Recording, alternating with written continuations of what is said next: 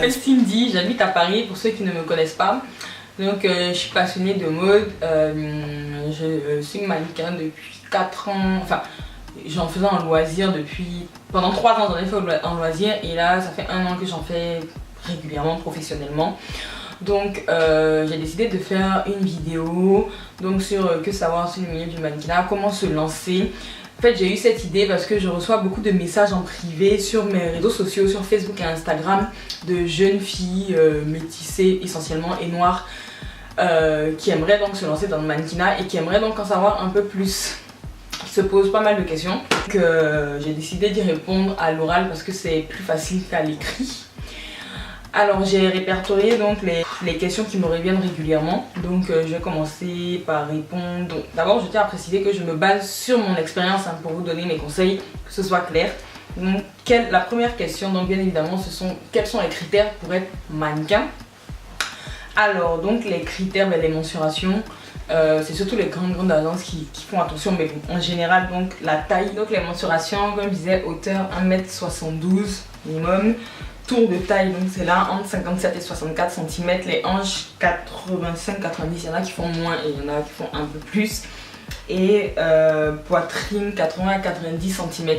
Mais franchement ces critères c'est surtout essentiellement pour les très grandes agences, pour les profils haute couture et consorts, mais même sur on va dire que c'est la base quoi.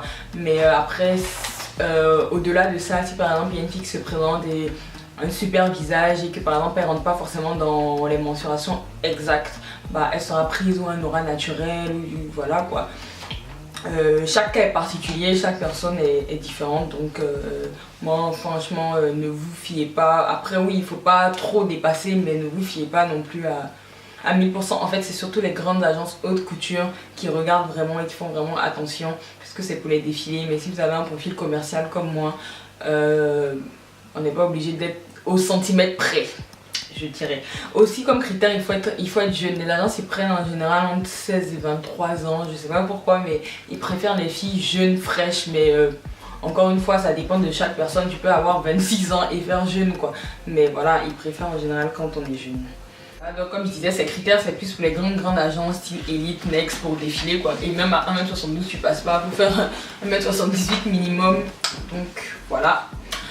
Je précise en même temps de l'occasion pour dire que en fait un mannequin c'est pas que défiler, parce que j'ai remarqué que même moi, mes amis ou même moi avant que j'en fasse, mannequin en fait dans la tête des gens c'est forcément quand tu connais pas défiler. Non, pas forcément. Il y a des mannequins commerciaux, ce que je suis. Comme je dis, ça fait 4 ans que je suis dans le milieu, enfin en loisir, et même en loisir j'ai dû défiler genre 2-3 fois maxi. Et depuis les 1 an que j'en fais sérieusement en agence, j'ai fait 0 défilé quoi. Je suis un mannequin commercial, je fais pas de défilé, je passerai pas en défilé parce que j'ai trop de forme. Donc voilà quoi.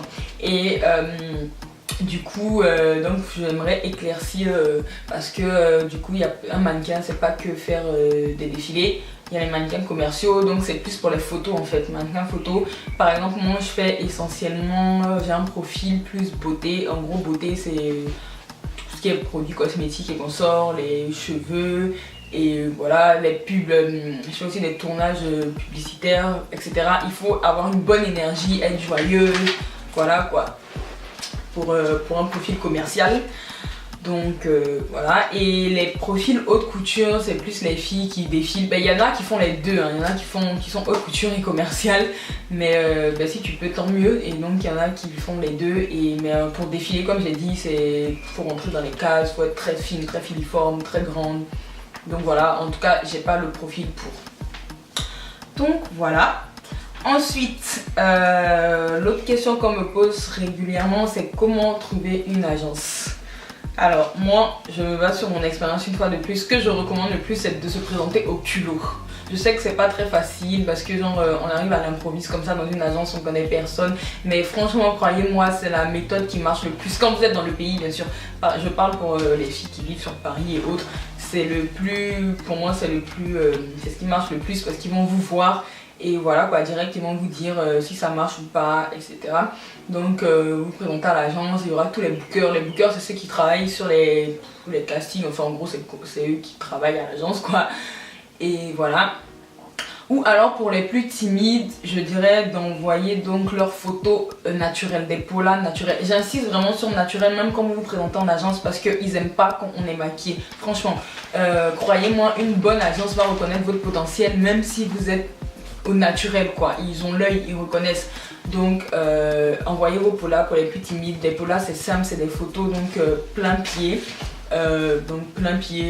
En jeans slim, débardeur, couleur sobre noire, donc de face, de profil, les deux profils de dos et des portraits bien zoomés de visage, la même chose, face, profil et aussi en sous-vêtements ou en maillot de bain. En gros c'est pour qu'ils voient vos silhouettes, donc vous envoyez ça aux agences. Ce que je recommande moi, c'est quand vous allez sur le site des agences, il y a contact et vous avez le contact de toutes les personnes qui bossent dans l'agence.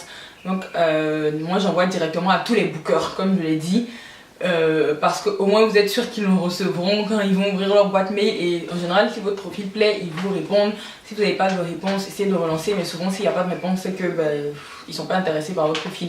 Mais c'est pas parce qu'une agence n'est pas intéressée par votre profil que c'est à dire que vous n'allez pas être pris ailleurs, non, parce qu'ils ont leurs critères en fait, ils savent quel type de fille ils cherchent, etc. Donc il faut persévérer. Ou alors s'il n'y a pas le contact direct, parce que les grandes agences en général on n'arrive pas à avoir le contact direct des bookers, donc il y a un onglet candidature où vous pouvez envoyer vos photos. Mais le problème moi j'ai l'impression que ça marche jamais et qu'ils en reçoivent tellement énormément qu'au final ils font pas attention même si votre profil plaît. Donc ce que je recommanderais en ce cas c'est de les relancer, genre de refaire régulièrement, de renvoyer régulièrement les photos. Et voilà, pareil aussi, très naturel. Voilà quoi. Mais franchement, si vous êtes dans le pays, dans la ville, déplacez-vous. C'est le mieux. Voilà. Maintenant, j'ai aussi des questions de filles qui sont à l'étranger. J'en ai une qui m'a contacté récemment, qui était, je sais plus où, au Maroc je crois, et qui voulait être mannequin. Là du coup t'as pas le choix que d'envoyer les photos en fait. Donc ce que je recommande à la rigueur, si en général vous êtes de passage en France ou je sais pas dans le pays où vous voulez faire en France, quand vous êtes en vacances, passez à Paris et profitez pour faire le tour des agences. Ou alors là vous n'avez pas le choix que d'envoyer les photos, ou alors vous les appelez pour savoir comment ça se passe pour candidater. Si vous êtes à l'étranger, des fois ils vont vous donner des contacts directs, bref. Donc voilà. Je sais qu'on peut également passer par un agent. Il y a des agents et le rôle de l'agence c'est lui par contre qui s'occupe de vous placer, genre en gros en agence, il démarche les agences pour vous, les jobs, etc. Mais je sais, franchement je pourrais pas trop expliquer comment trouver un agent. J'en ai un mais c'est par Facebook, donc je sais qu'il y en a qui sont pas très pro, donc faut faire attention. Donc bref, j'ai plus parlé des agences, c'est mieux.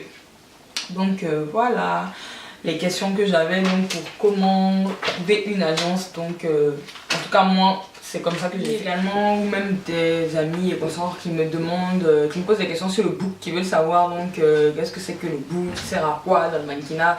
C'est tout simplement le CV du mannequin. C'est voilà quoi. Donc lorsque on va en casting, on se présente avec le book et on est jugé par le book, essentiellement par nos photos. Donc que savoir sur le book, une fois que vous rentrez en agence, une bonne agence elle se charge de vous construire votre book. Ils organisent les tests photos, les tests photos, les tests photos en fait c'est des photos, shooting photo avec un photographe, ils ont des contacts.